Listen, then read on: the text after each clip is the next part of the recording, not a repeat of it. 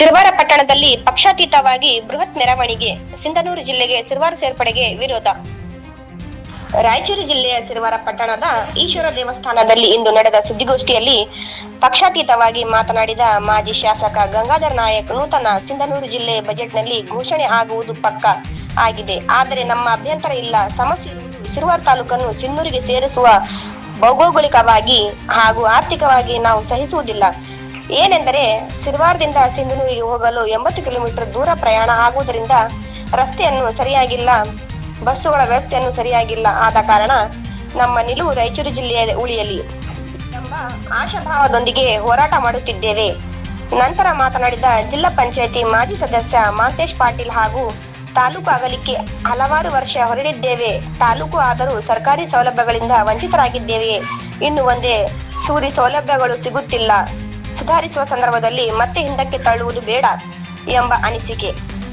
ನಂತರ ಮಾತನಾಡಿದ ಸೂಗಪ್ಪ ಸೌಕಾರ, ತಾಲೂಕಿನಲ್ಲಿ ಇರುವಂತಹ ಸರ್ಕಾರಿ ಸೌಲಭ್ಯಗಳಿಗೆ ಮೊದಲು ಆದ್ಯತೆ ನೀಡಿ, ಆಮೇಲೆ ಸೇರಿಸುವುದು ಬಿಡುವುದು ನಿಮಗೆ ಬಿಟ್ಟ ವಿಚಾರ. ಇಲ್ಲದಿದ್ದರೆ ಉಗ್ರವಾದ ಹೋರಾಟ ಹಮ್ಮಿಕೊಳ್ಳಲಾಗುವುದು. ಮುಖಂಡ ಶರಣಪ್ಪಗೌಡ ಮಾತನಾಡಿ, ಸಿರವಾರ ತಾಲೂಕನ್ನು ಸಿಂಧನೂರಿಗೆ ಬಿಟ್ಟುಕೊಡುವ ಪ್ರಶ್ನೆಯೇ ಇಲ್ಲ. ರಾಯಚೂರಲ್ಲಿ ಇದ್ದರೆ ನಮಗೆ ಅನುಕೂಲವಾಗುತ್ತದೆ. ಇಲ್ಲದಿದ್ದರೆ ಉಗ್ರ ಸ್ವರೂಪದ ಹೋರಾಟಕ್ಕೆ ನಾವು ಸಿದ್ಧರಿದ್ದೇವೆ ಎಂದು ಹೇಳಿದರು. ಇದೇ ಸಂದರ್ಭದಲ್ಲಿ ತಾಲೂಕು ಹೋರಾಟ ಸಮಿತಿ ಅಧ್ಯಕ್ಷ ಜಿ ದೇವರಾಜ್ ಗೌಡ, ಮುಖಂಡರಾದ ಉದಯ ಸೌಕಾರ್, ಶರಣಯ್ಯ ನಾಯಕ್ ಗುಡ್ದಿನಿ, ಜಿ ಲೋಕ್ ರೆಡ್ಡಿ, ತಾಲೂಕು ಅಧ್ಯಕ್ಷ ಅಂಬರೀಶ್, ರಮೇಶ್ ದರ್ಶನ್ಕರ್, ಮಲ್ಲಿಕಾರ್ಜುನ್ ಜಕ್ಕಲ್ದಿನ್ನಿ, ಎಂ ಪ್ರಕಾಶಪ್ಪ, ಅರಳಪ್ಪ ಎದ್ದಲ್ದಿನ್ನಿ, ರಾಜಪ್ಪ ವನಟಗಿ, ಕರವೇ ಅಧ್ಯಕ್ಷ ರಾಘವೇಂದ್ರ ಖಾಜನಗೌಡ, ಕೆಆರ್ಎಸ್ ಹುಲಿಗಪ್ಪ ಮಡಿವಾಳ್, ಹನುಮಂತ ಟಿ, ಇನ್ನು ಹಲವಾರು ಮುಖಂಡರುಗಳು, ಸಂಘಟನೆಗಳು, ಮುಖಂಡರುಗಳು, ಊರಿನ ನಾಗರಿಕರು ಉಪಸ್ಥಿತರಿದ್ದರು.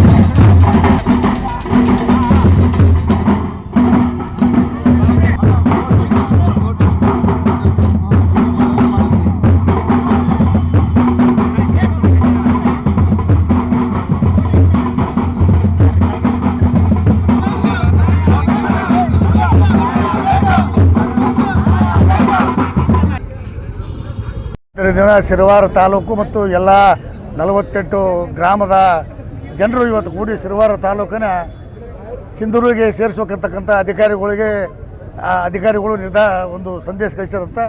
ಅಸಲವಾಗಿ ನಾವೆಲ್ಲ ಇದುವರೆಗೆ ನಮ್ಮ ಜಿಲ್ಲೆ ರಾಯಚೂರು ಜಿಲ್ಲೆ ಸಮೀಪ ಪಕ್ಕದಲ್ಲಿರ್ತಕ್ಕಂಥ 36 ಕಿಲೋಮೀಟ್ರ್, ನಮಗೆ ಇಲ್ಲಿಂದ 36 ಕಿಲೋಮೀಟರ್ ಇದೆ. ಇದು 100 ಕಿಲೋಮೀಟ್ರ್ ಹೋಗಿ ತಾಲೂಕು ಜಿಲ್ಲೆ ಸೇರ್ತಕ್ಕಂಥದ್ದು ಭಾಳ ಅನ್ಯಾಯ.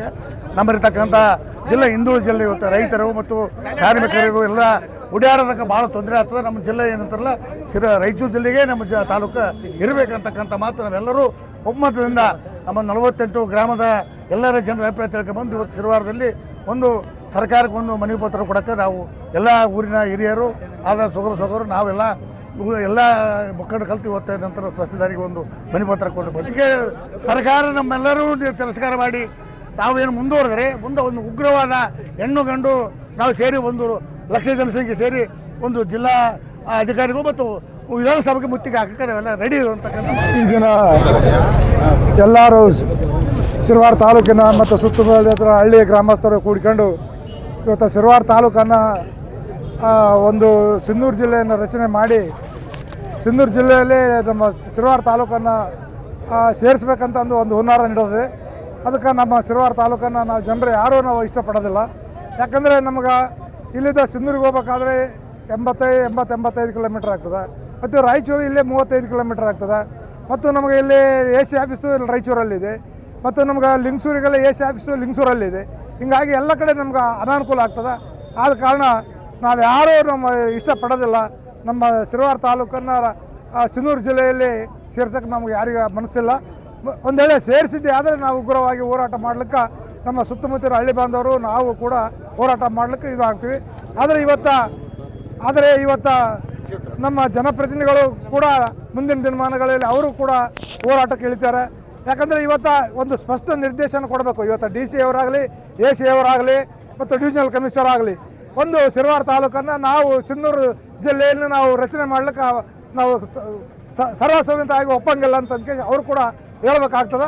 ಆದ ಕಾರಣ ನಾವು ಕೂಡ ಎಲ್ಲರೂ ಇವತ್ತು ಒಗ್ಗಟ್ಟಾಗಿ ಪ್ರತಿಭಟನೆಯಲ್ಲಿ ಭಾಗವಹಿಸಿದ್ದೀವಿ. ಅದಕ್ಕೆ ನಮಗೆ ಗೊತ್ತಾದಾಗ ಈಗೇನೆ ಹಂತದಲ್ಲೇ ನಾವು ಅದನ್ನು ಚೂಟಿ ಹಾಕಬೇಕಂತಂದು ನಾವು ಹೋರಾಟ ಮಾಡ್ತಾ ಇದ್ದೀವಿ ಈಗ. ಯಾಕಂದರೆ ನಮಗೆ ಕೊನೆಯದಾಗಿ ಸೇರಿಸಿದ್ರು ಕೂಡ ಯಾವ ನಿರ್ಧಾರ ತಗೊಂತೀರಾ ನೀವು? ಸೇರಿಸ್ಕೊಡಂಗಿಲ್ಲ, ನಾವು ಸೇರಿಸ್ಕೊಡಂಗಿಲ್ಲ. ಉಗ್ರವಾದ ಹೋರಾಟ ಮಾಡ್ತೀವಿ, ಬೀದಿಗಿಳಿತೀವಿ. ಇವತ್ತು ಇದೊಂದು ಕ್ರಾಂತಿ ಆಗ್ತದೆ. ಏನಪ್ಪ ಇದಕ್ಕೆ ಕ್ರಾಂತಿ ಆಗ್ತದೆ. ಯಾವತ್ತೂ ನಾವು ಮಾಡೋಕ್ಕೆ ಕೊಡಂಗಿಲ್ಲ. ಸಿರವಾರ ತಾಲೂಕು ಸಿರವಾರದಲ್ಲೇ ಉಳಿಬೇಕು, ಅದ್ರ ರಾಯಚೂರು ಜಿಲ್ಲೆಯಲ್ಲೇ ಉಳಿಬೇಕು. ಯಾಕಂದ್ರೆ ಶೈಕ್ಷಣಿಕವಾಗಿ ಅಭಿವೃದ್ಧಿ ಹೊಂದಬೇಕಾಗಿದೆ ನಮ್ಮ ತಾಲೂಕು. ಯಾಕಂದರೆ ಮೊನ್ನೆ ಕೂಡ 10 ವರ್ಷ ಹಿಂದೆ ನಮ್ಮದು ಸಿರವಾರ ತಾಲೂಕು ನಾವೆಲ್ಲರೂ ಹೋರಾಟ ಮಾಡಿ ಪಡ್ಕೊಂಡಿದ್ದೀವಿ. ಇನ್ನೂ ನಮ್ಮ ಮೂಲಭೂತ ಸೌಲಭ್ಯಗಳು ಇನ್ನೂ ಸಿಕ್ಕಿಲ್ಲ. ಈಗ ಅಲ್ಲಿಗೆ ಹೋಗ್ಬಿಡ್ತಪ್ಪ ಅಂದ್ರೆ ನಮ್ಗೆ ಇನ್ನೂ ಮೂಲಭೂತ ಸೌಲಭ್ಯಗಳು ಯಾವೂ ಸಿಗೋದಿಲ್ಲ. ಎಲ್ಲರೂ ನಾವು ಇನ್ನೂ ಹಿಂದೆ ಉಳಿತೀವಿ. ನಾವೆಲ್ಲರೂ ಯಾರು ಹೇಳ್ತಾರೆ ಸಮಸ್ಯೆ ಆಗೋದಿಲ್ಲ ಅಂತ ಹೆಂಗಂತಾರ? ಅಲ್ಲ ಹಂಗೆ ಮಾಡಂಗಿದ್ರೆ ಹಂಗೆ ಮಾಡಂಗಿದ್ರೆ ಕೊಪ್ಪಳ ಸೇರಿಸ್ಬಿಡ್ರಿ, ಸಿಂಧೂರಿಗೆ ಯಾಕೆ ಸೇರಿಸ್ತಾರೆ? ನಮ್ಮ ಇಲ್ಲ ಹೊಸಪೇಟೆಗೆ ಸೇರಿಸ್ಬಿಡ್ರಿ. ಹೊಸ ತಾಲೂಕು ಆಗ್ಯದ, ಹೊಸ ಜಿಲ್ಲೆ ಆಗ್ಯದ.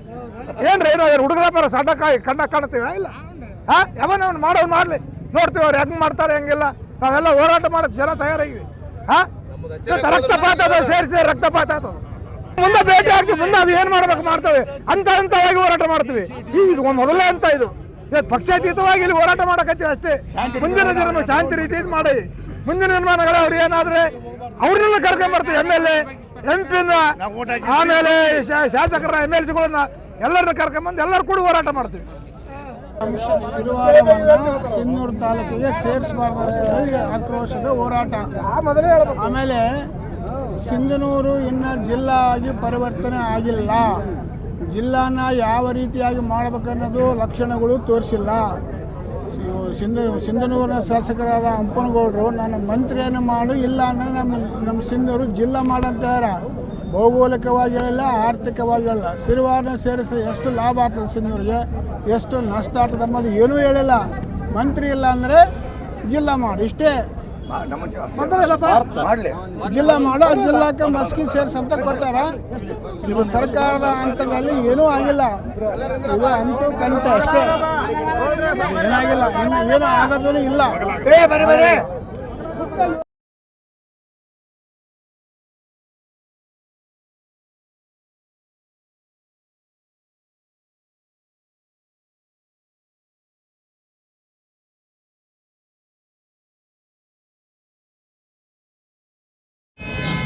ಸರ್ಕಾರ ಎದಕ್ಕಂದ್ರೆ ಅವರವ್ರ ವೈಯಕ್ತಿಕ ಲಾಭಕ್ಕೋಸ್ಕರ ಸಿನ್ನೂರಿನವರು ಅವ್ರ ವೈಯಕ್ತಿಕ ಲಾಭಕ್ಕೋಸ್ಕರ ಸೇರಿಸ್ತಾ ಇದ್ದಾರೆ. ಇದು ಭಾಳ ಅವೈಜ್ಞಾನಿಕ ಅಂತ ಹೇಳಕ್ಕೆ ಇಷ್ಟಪಡ್ತೀನಿ. ಇದರಿಂದ ವಿದ್ಯಾರ್ಥಿಗಳಿಗಂತೂ ಹೇಳಕ್ಕಾಗಲಾರ್ದಷ್ಟು ಕಷ್ಟ ಆಗ್ತದೆ. ಮಹಿಳೆಯರಿಗೂ ಅಷ್ಟೇ. ಕೆಲವೊಬ್ಬರು ಬಡವಿದ್ದವರು ಬೈಕು ಕಾರ್ ಮೇಲೆ ಹೋಗ್ಬೋದು. ಬಡ ಹೆಣ್ಮಕ್ಳು ಏನಾದರೂ ಒಂದು ಜಿಲ್ಲಾ ಕೇಂದ್ರದಲ್ಲಿ ಏನಾದರೂ ಕೆಲಸ ಇದ್ದರೆ ಮಹಿಳೆಯರು ಹೆಂಗೆ ಹೋಗ್ಬೇಕು ಅಲ್ಲಿಗೆ?